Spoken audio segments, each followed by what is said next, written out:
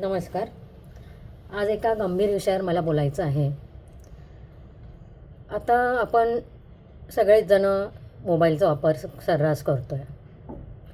पण या मोबाईलच्या वापरामुळे काय दुष्परिणाम होत आहेत ते आता आपल्याला दिसू लागलेले आहेत. पेपर उघडला की आपल्याला बातम्या येतात, मोबाईल उघडला की बातम्या येतात, टी व्ही लावला की बातम्या येतात की या सोशल साईटच्या नादी लागून त्याचं इतकं घाणेरडं व्यसन सगळ्यांना लागलेलं आहे की त्याचा चांगला वापर करायचं लोकांना माहीतच नाही आहे. त्याचा वाईट वापर जास्तीत जास्त होतो आहे आणि त्याचे दुष्परिणाम आता आपल्याला दिसू लागलेले आहेत की आपण बघतो की लहान लहान मुली या इंस्टाग्राम, फेसबुक याचा वापर करतात आणि आभासी जगात जगतात. म्हणजे आपले किती फ्रेंड झाले, म्हणजे आपण फार प्रसिद्ध आहोत, माझे इतके फ्रेंड आहेत, इतक्या लोकांनी मला लाईक केलं आहे, म्हणजे मी खूप काहीतरी अचीव केलेलं आहे, मी खूप काहीतरी पराक्रम केलेला आहे, असं सगळ्या मुलांना वाटतं. पण हे फ्रेंड्स तुम्ही बघा, तुमच्या कशाच्याही कामाचे नाही आहेत. तुम्हाला कुठल्याही दुःखामध्ये तुमच्या जे काही संकट आलं तर ते तुम्हाला कुठेही कामाला येणार नाही आहेत.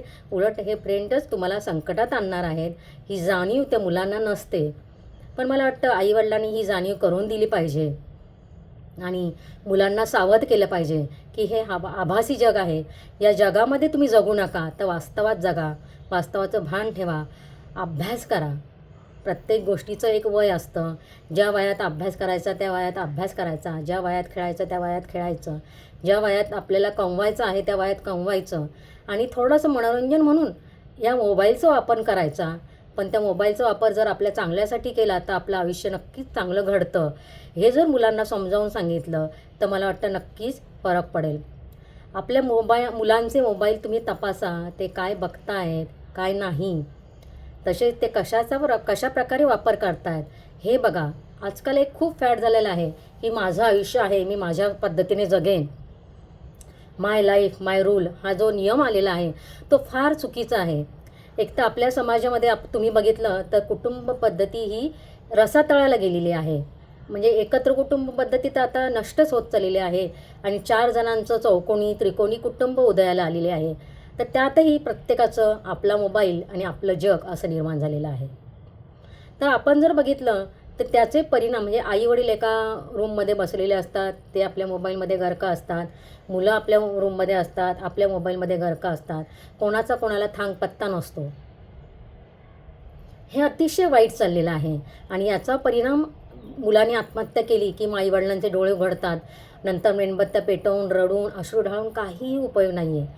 मुलांनी कितीही आम्हाला आमचं लाईफ जगू द्या, आम्हाला आमचं जीवन आहे, आमचं खाजगी आयुष्य काय आहे की नाही. अरे एवढ्या लहान वयात कसलं खाजगी आयुष्य? लहान वयामध्ये खाजगी आयुष्य कोणाचंही नसतं, हे मुलांना कल्पना द्या. त्यांचे मोबाईल तपासा. त्यांनी तपासायला नाही दिले तर तुम्ही वेगळ्या नावाने एखादा अकाउंट उघडा, त्याला फ्रेंड रिक्वेस्ट पाठवा आणि तो काय बघतो हे बघा. आणि आपल्या मुलाची तुम्हाला मग तेव्हा पोलखोल कळेल ना, तेव्हा तुम्हाला त्या मुलाला जागा करता येईल. आत्ता जे घटना झालेली आहे, अतिशय म्हणजे कोवळ्या मुली आत्महत्या करतात. त्यांना सोशल साईटवरनं लोक धमक्या देतात आणि काहीतरी मैत्री झाली की मग त्यांचं रूपांतर आणखीन पुढे जातं आणि काय काय त्यांच्या घटना घडत आहेत. ते खूप खूप खोल विषय आहे हा, खूप वाईट कृत्य होतं याच्यामध्ये. त्या सगळ्याचा विचार आपण आपल्या वडिलांनी, मुलांच्या आईवडिलांनी आणि सगळ्या ह्या मोठ्या पिढी आहेत त्यांनी निश्चितच करावा असं मला वाटते. मुलांना मोबाईल द्यावा की नाही हा प्रश्न आता पडलेला आहे. तर मला वाटतं की नक्कीच ह्या मोबाईल बघण्यासाठी वयाची अट असावी. आजकाल कोणीही 15-16, 10-12 वर्षाची मुलं येतात आणि इंस्टाग्रामवर, फेसबुकवर आपले अकाउंट उघडतात. याला कुठेतरी सरकारने बंदी घातली पाहिजे असे मला वाटते आणि त्यासाठी जास्तीत जास्त पुढाकार लोकांनी घेतला पाहिजे. सरकारने जरी लक्ष नाही दिलं तर आपल्या मुलांकडे लक्ष आईवडिलांचं तर निश्चितच असलं पाहिजे, या मताची मी आहे. आपल्या मुलांचं जर जीवन छान करायचं असेल, त्यांना प्रगल्भ बनवायचं असेल, एक चांगला माणूस बनवायचा असेल तर निश्चितच तुम्ही याकडे लक्ष द्या.